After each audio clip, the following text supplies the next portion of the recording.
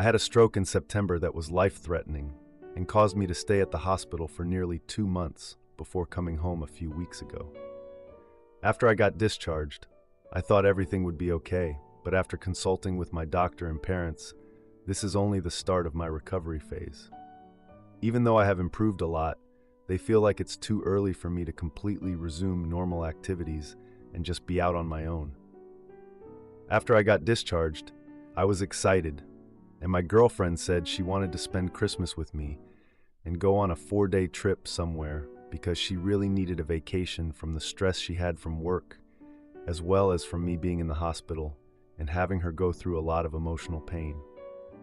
I already made the plans, made reservations, and booked the Airbnb, but I kept having second thoughts about it after I had consulted with the doctor and my family and decided to cancel them. I still feel like I'm not 100%. I'm still stumbling a bit here and there, and I feel like I'm just not the same physically yet. However, it seems to me that my girlfriend possibly thinks I'm 100% okay now and wants me to go out and have fun.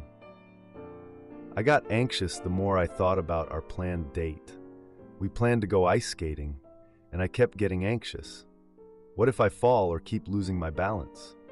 What if exposure to the cold weather possibly affects my brain? This also made my parents very upset with my girlfriend, who thought all of this would be okay. They said she doesn't care about my status and recovery, and she should know I should just continue to rest. I told my girlfriend this and the fact that I think it's still too early. I told her I'm going to cancel our plans and apologized. She proceeded to say, okay, just cancel everything. And she just ghosted me for days. I still haven't heard from her. I love her and all, but I have a very strong feeling that she is also upset because I canceled our plans for Christmas and New Year. I feel really bad, but I had to make the best decision for me, my body, and my health. Is her feeling upset, which I'm pretty sure she is, valid? My parents have told me that if she really loves me and cares about me, she would drive all the way to my house, which is 45 minutes away, and spend Christmas at my house together or something, instead of wanting to have a date in New York City, go see the tree, and walk around, etc. That would require me to take the bus, get past the big crowd, etc., when I just had a stroke a couple of months ago. Me constantly thinking about this made me question if she really does care about me, or if she's selfish, just seeking fun, thrill, and excitement for herself without truly considering my current circumstance. Any advice would be much appreciated. Now, for a few comments before the update. Comment 1, it's way too soon to travel. No travel until next September. You're not even supposed to be trying to take the stairs for 2 years because your mind and legs don't communicate correctly yet. There needs to be a year of recovery. Then also you may need physical therapy for good measure. It's too soon to travel, and she's not mature enough to understand that. She's not considering you properly. It's okay to be upset when you thought you were going to go, but now it's canceled. This ghosting deserves a serious conversation for the proper setting of expectations. Comment 2. There's always next year. I don't know why anyone would prioritize a vacation over the health of a loved one. Seems like a selfish way of thinking to me. Stick to your decision. You don't want to end up in yet another hospital during the holidays. Now for the update. A couple of days after the trip got canceled, I got a text from my girlfriend Olivia asking to meet. Honestly, I was relieved she reached out. I was starting to feel like we were stuck in this weird relationship limbo, and I couldn't handle that right now.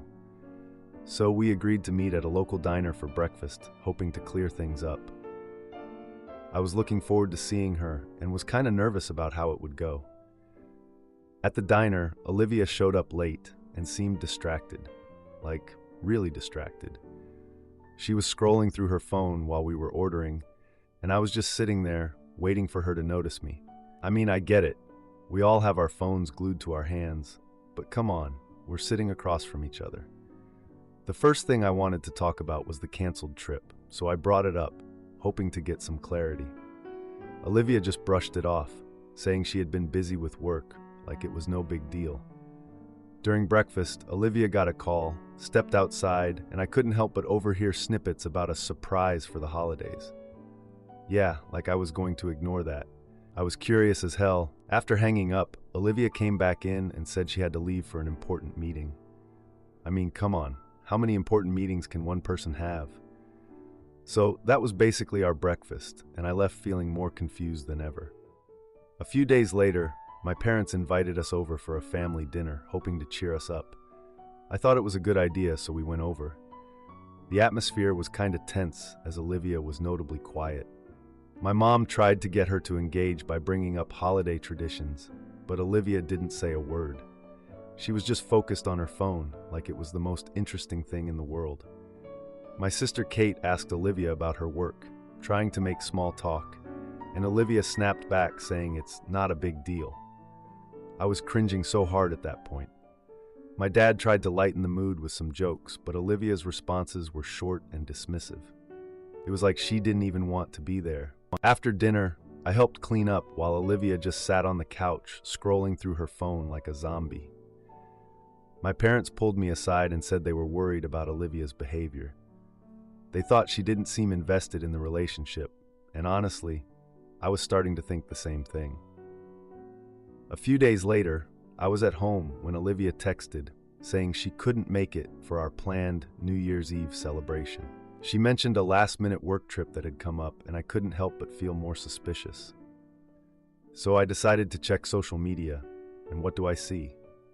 Olivia tagged in posts from a holiday party in the city. The party photos showed Olivia with colleagues, smiling and seemingly enjoying herself. I felt this wave of frustration wash over me, so I commented on one of the photos, asking if she had fun. Yeah, I know it was petty, but I was over it. Olivia responded with some vague message, saying she's just working and can't talk now. I was like, really? That's the best you've got? I called my parents to vent about Olivia's behavior and the mixed signals. It felt good to get it off my chest. They suggested inviting Olivia over for a New Year's dinner to address everything directly. So we planned a dinner with close family, hoping to create a comfortable space for conversation. When Olivia arrived late again, the atmosphere was awkward. My dad tried to engage her, but she just gave short answers like she was annoyed by our existence. After dinner, I decided it was time to confront her about her behavior. We stepped outside for privacy, and I asked her why she seemed so distant. Olivia claimed she's just busy, but her phone kept buzzing repeatedly, drawing her attention away. I accused her of prioritizing work over our relationship, and that led to an argument. She stormed off, saying she needs space and that I'm being unreasonable. A couple of days later, I received a package at my doorstep, marked with Olivia's name. Inside was a handwritten note and a small gift, but the note was short and lacked warmth. I realized the gift was a matching set of bracelets, but they felt more like an obligation than a gesture. I was over this passive-aggressive nonsense, so I decided to take matters into my own hands. I organized a gathering at my parents' house for New Year's Eve, inviting close family and friends. During the party, I shared the story of Olivia's behavior and got a lot of sympathy and support. It felt good to have people understand where I was coming from. As the clock struck midnight, I made a toast, subtly addressing Olivia's absence. The gathering ended with laughter and camaraderie, and it was exactly what I needed. Days later, I saw Olivia out at a local event, laughing with a coworker. I approached her, ignoring her attempt to brush past me, and handed her the bracelet. I calmly stated that our relationship needs honesty and openness, not avoidance. Olivia looked surprised, and I could tell she finally realized I was serious about this. Edit. After handing her the bracelet, Olivia and I had a longer conversation. I told her that her behavior over the past couple of months had been confusing and hurtful. She admitted she was overwhelmed by my health issues and didn't know how to handle it. Olivia also mentioned that she felt pressured to be perfect and strong all the time, which led to her avoiding me. We both realized that we needed to communicate better, and she agreed to take a break from work to focus on us and my recovery. We're now trying couples therapy to navigate this new dynamic together. Am I the idiot for telling my grandmother her strings-attached legacy isn't worth my dreams? My mom, who is 77 years old, is notoriously unhappy when it comes to monumental life events in my life. I've been married twice, once to my high school sweetheart at 25, and again last year to my partner who is 40 years old. after 4 years together. With my first engagement, she was like, "Oh, you'll finish college first, right?" Which we did. I was hoping with my second engagement I could get the excited treatment that you normally see, but when we FaceTimed with her, she just said matter-of-factly, "Oh, you got what you wanted, I guess." And this was on Christmas. My husband was even like, yikes, after we hung up because he didn't believe my anxiety about telling her, knowing how she'd suck the fun out of the moment. Now, I am 36 years old. I've always wanted to have children. Time is ticking to have my own biological children, and my husband and I plan to start trying here soon. However, I am terrified of how disappointed my mom is going to be in me if or when we manage to get pregnant. Even as a child on a trip to Disney, I remember struggling to fall asleep in the hotel, filled with excitement about the next day, and hearing her talk to my uncle saying, "I hope she never has kids." Now, I am 100% sure this was about me. My first husband and I struggled to conceive, and in order to get her to take me to the fertility doctor, we had to tell her it was just to check my uterus, not to try and get pregnant, to which she expressed her relief. She loved my ex-husband, though never wanted us to marry, so she wasn't too upset when we got divorced amicably. However, she doesn't care too much for my new husband because he drinks, and I moved across the country to get a fresh start and break away like I had always wanted. My relationship with her is a bit different. She's really my grandma. My mother died in a car accident when I was 2 weeks old, and my dad, who is my mom's son, relinquished rights to me to her. So, while I am not technically her child, I am. I've known no other mother, so I assume this makes her act differently than she does to my younger brothers, whom my dad, her son, had in his next marriage. They've all had kids, which she's been excited for and loves, and one even had his child when he was 17 and still in high school, and she was still excited. I just don't know how to move past feeling guilty for starting the journey of trying to have a baby. Recently, she made the plans for me to inherit the house I grew up in, but made me promise that either my brothers or their kids will get it if I die or don't want it, totally writing me off as having kids of my own. Ultimately, I would just like advice on how I can prepare myself to feel like one of the most important people in my life is disappointed in me for becoming a mother, something I've felt drawn to and made for since I was a little girl. Now, for a few comments before the update. Comment 1. If you live across the country, just don't tell her. Why do you even care? She raised you to be an independent adult, and you are. What you do with your life is not up for her approval. She is not your final judge. She has no right to have an opinion. Playing the good girl in hopes of getting her house is just her way of dangling a carrot and requiring you to give in to her demands, or you won't be getting the house. Little girl is not a smart move on your part. Just because she raised you does not mean that you must have her approval. You do not owe her. Her choice to take you in was voluntary. She could have left you in foster care. Comment 2. My egg donor used to tell me she hoped I never had kids, and if I did, that they would be just like me so I could be punished for being a normal, in my opinion, child. I had a baby at 35. He's just like me, and he's delightful. He's the best part of every day, and I wouldn't change him for the world. You need to cut her off and focus on your own happiness. Otherwise, you'll ruin your relationship with your child because you'll be too busy trying to get the approval of someone who doesn't even like you. Now, for the update. 2 days after I posted, my husband and I were sitting at the kitchen table having coffee and talking about starting a family. We were both excited, but I was nervous about how my mom would react. I was thinking about how to tell her when my phone buzzed with a text from her, asking if we could meet for lunch. I told my husband, and we both agreed to meet her at a local diner known for its comfort food. I wanted to meet in a public place so I wouldn't lose my cool in front of her. When we got to the diner, I saw my mom already sitting at a booth scrolling through her phone. She looked up and smiled when she saw us walk in, but I could see the usual critical look in her eyes behind that smile. As we sat down, she put down her phone and asked her usual, "How are you?" before jumping into a story about her recent trip to visit my aunt. We ordered our meals and my mom immediately asked about the family house. Of course she would. I hesitated for a moment, trying to think of a way to change the subject. I finally mentioned that my husband and I were excited about trying for kids. Her expression turned serious when I said that, and she said she hoped that wouldn't mess with her plans for the house.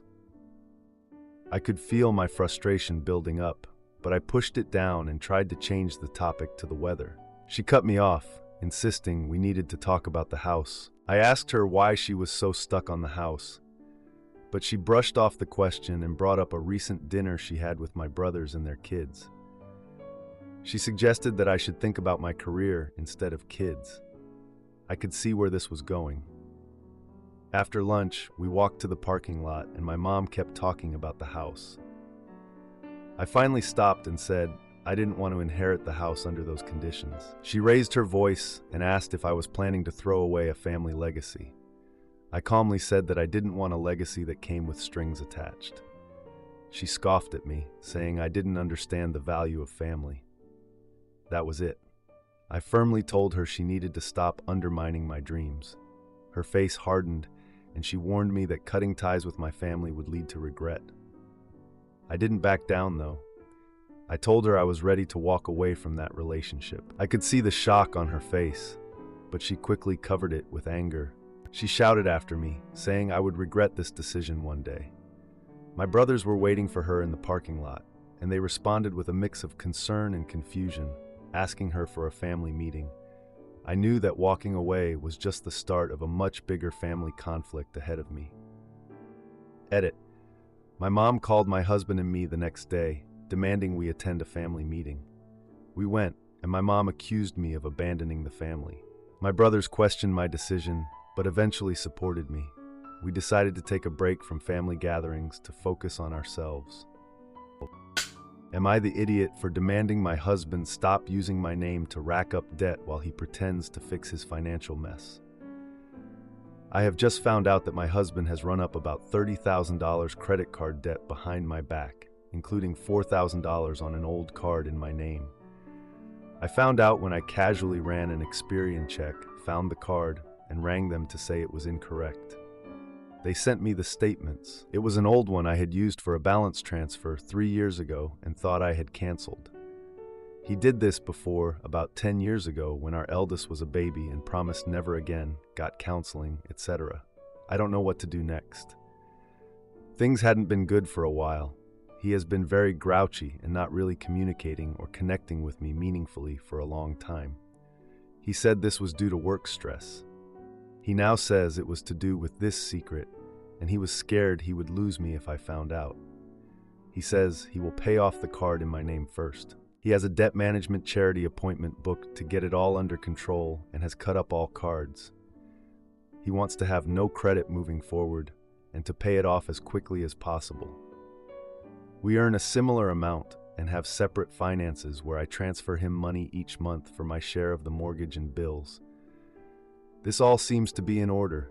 It doesn't appear like any payments have gone missing here or anything, which is something. I have an appointment for legal advice this week to check on the laws in my state for my liability, but he will be paying off the one in my name first, and I'll be closing it myself, of course. It's just such a massive breach of trust. Plus, I've been working so hard and spending all my extra cash on improvements to this house as we were hoping to buy a bigger one in the next couple of years. Whereas what the hell he's been doing with his extra cash and credit cards? I don't know. There is some spending on gadgets and gaming stuff, but he says most of it is late payment fees and interest, which is more annoying, actually, that he's managed it so poorly and wasted so much.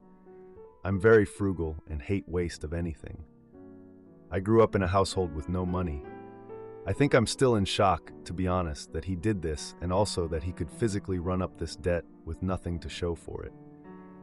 I'm 99.9% sure it's not gone on drugs, gambling, or anything, just poor financial management and sticking his head in the sand. I don't really know what I'm asking. Maybe the questions I need to ask my solicitor? I don't know if I want to stay with him. I kind of alternate between thinking about getting my own little place with my kids, which I could afford, but it would break his and my kids' hearts if I ask him to move out, which he says he will, to be fair. To add, thank you everyone for helping me process this. I'm getting the information I need and will take action this week. Now, for a few comments before the update. Comment 1. He has now committed financial infidelity twice. The second time you caught him because he was literally stealing from you, not because he came clean. Then he proceeded to justify treating you poorly for months because he was scared you would leave him. Think about it this way. This situation is the accumulation of many decisions that involved spending money recklessly. Every time he swiped his card, and month after month seeing a balance he couldn't pay off. When he went through your personal things in order to find your credit card, how he made sure that you wouldn't see the statements. This is months, if not years, of deception. My advice is to leave. Comment 2. Get him to run off every credit card statement along with his personal bank statements. If you cannot visually see in your home, cars, etc., what all of that money went on, it's better to actually get the truth now than yet again just trust what he says. He has given you no reason to trust him, so he should not have an issue with providing a detailed overview as to where every single penny has gone, because I don't see how late payment fees, etc., can account for that much money. Now for the update. It's been just over a month since I found out about my husband's credit card debt. Can you believe I've been dealing with this crap for over a month? Anyway, he's been working with a debt management charity to make a plan. I even got a call from them last week confirming his appointment and talking about his progress. He cut up his credit cards, but he's still been acting distant. Oh, and speaking of distant, we had a family dinner at my parents' house for my mom's birthday. My brother Jake brought his wife Rachel, who's still pregnant. I swear, she talks about that baby more than I talk about my husband's financial screw-ups. Anyway, during dinner, my dad joked about how my husband should take note from Jake on being financially responsible. The joke landed awkwardly, and my husband went silent. Like normal people just laugh it off, you know? But no, he had to sulk. I tried to lighten the mood by bringing up a funny memory from our past. He responded with a short, sarcastic remark, and I just felt like, seriously? My mom looked concerned, glancing between us the whole time. After dinner, my husband suggested we leave early. He insisted he wasn't feeling well, but I could tell something was off. The next day, I found a notification on his phone from a shopping app. I opened it and saw that he had made several purchases, including a new gaming console. Really? A gaming console? I confronted him about the charges, and he claimed it was a gift for our son. I pointed out that our son's birthday is months away, and he got all defensive. He accused me of not trusting him, which just made the argument worse. I suggested we sit down and make a stricter budget together. He agreed, but you could tell he was annoyed by the idea. A few days later, I overheard him talking to someone on the phone late at night. I couldn't hear everything, but he was talking about money and sounded stressed. The next day, I asked him about the call, and he brushed it off, saying it was work-related. Sure, buddy, work-related. A week later, I found an envelope in his bag that had a bill for a therapist appointment. So I confronted him about it, and he admitted to seeking help for his stress. We went to our son's soccer game that Saturday. My husband seemed distracted and kept checking his phone. After the game, I found out he had missed a payment for the card in my name. I got a notification from the credit card company about a late fee. I confronted him again, and he blamed the stress of managing everything. A few days later, I found a new credit card statement hidden in his paperwork. There was a charge for an expensive dinner at a restaurant I had never heard of. I asked him about it, and he claimed it was a business dinner. Right, a business dinner. I decided to look deeper into our finances. Eventually, I found out that he had opened a new credit card without telling me. He admitted he needed it for emergencies, but couldn't explain the restaurant charge. I told him I was done with the secrets and needed transparency from now on. He agreed, but seemed reluctant to share his financial situation entirely. I decided to talk to a financial advisor to understand our options. The advisor pointed out potential risks in our current situation. That's when I started thinking about separate accounts to protect myself. After talking about it with my husband, he reacted with frustration, making things even more tense between us. So, here we are. I learned that sometimes taking control means making tough decisions. Edit. It's been a rough journey and I appreciate all the feedback. I consulted a family lawyer to understand my rights. The lawyer explained that I could be held responsible for the debt in my name, which is why I pushed for him to pay that off first. For us, living in a community property state means our finances are intermingled. The lawyer also advised that separate accounts could protect my savings. So, we now have joint accounts for shared expenses and separate accounts for personal spending. I still feel uneasy about his spending habits, but I'm trying to take this one step at a time. If you like this video, you'll probably like these too. Also, while you're here, please consider subscribing. It's your support that keeps this channel alive and allows me to make better and longer videos. Have a great day.